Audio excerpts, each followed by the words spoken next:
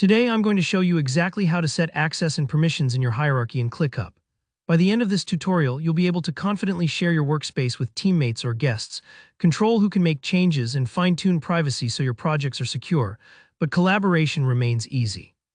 Let's jump right in. So starting from your ClickUp home screen, the first thing you want to do is locate your team space. If you have multiple spaces set up for different teams or projects, make sure you're clicking into the one you want to update. Now notice those three little dots next to the team space name. Go ahead and click on those. Those dots are like your shortcut to the settings menu. In the drop-down that appears, look for sharing and permissions. This is where all the magic happens.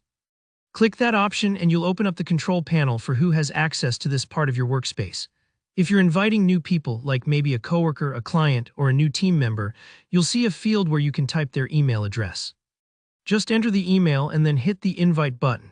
It's as simple as sending an email, but on ClickUp, this is your secure way to grant access exactly where it's needed.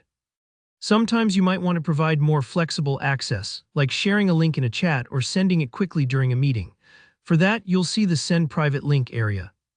Just click to copy the private link. Now you can paste it into an email, a Slack message, wherever you need. When someone uses that link, they'll be able to access your team space directly with the permissions you assign. It's a fantastic way to streamline those last-minute collaborations or onboard someone without hunting down their email. Here, where ClickUp really lets you get precise, setting default permissions. You'll see options for full edit, comment, and view only. Let's break these down a bit. If you want someone to be able to change tasks, rearrange things, and make substantial updates, full edit is your go-to.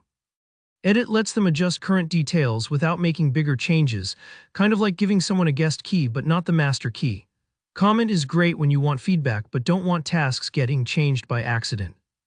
And view only is perfect for folks who just need to observe, like stakeholders or clients who want progress reports but shouldn't be able to move a single thing.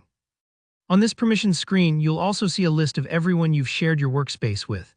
You can instantly change their access, so if someone needs a little more involvement, or if you want to restrict things, you don't need to start over, just tweak their settings here. It's really reassuring to be able to adjust things on the fly if your team grows or roles shift around. Additionally, you've got the option to set your workspace as private or public for invited people. Maybe there's sensitive info that only certain people should see, set it as private.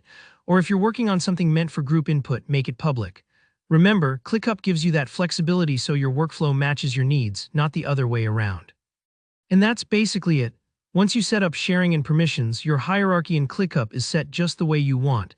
Take your time with the settings and don't worry if you have to revisit them as your projects evolve. If you found this tutorial helpful, be sure to hit like.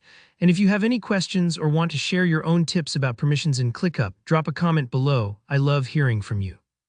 And don't forget to subscribe for more step-by-step guides just like this one. Thanks for watching.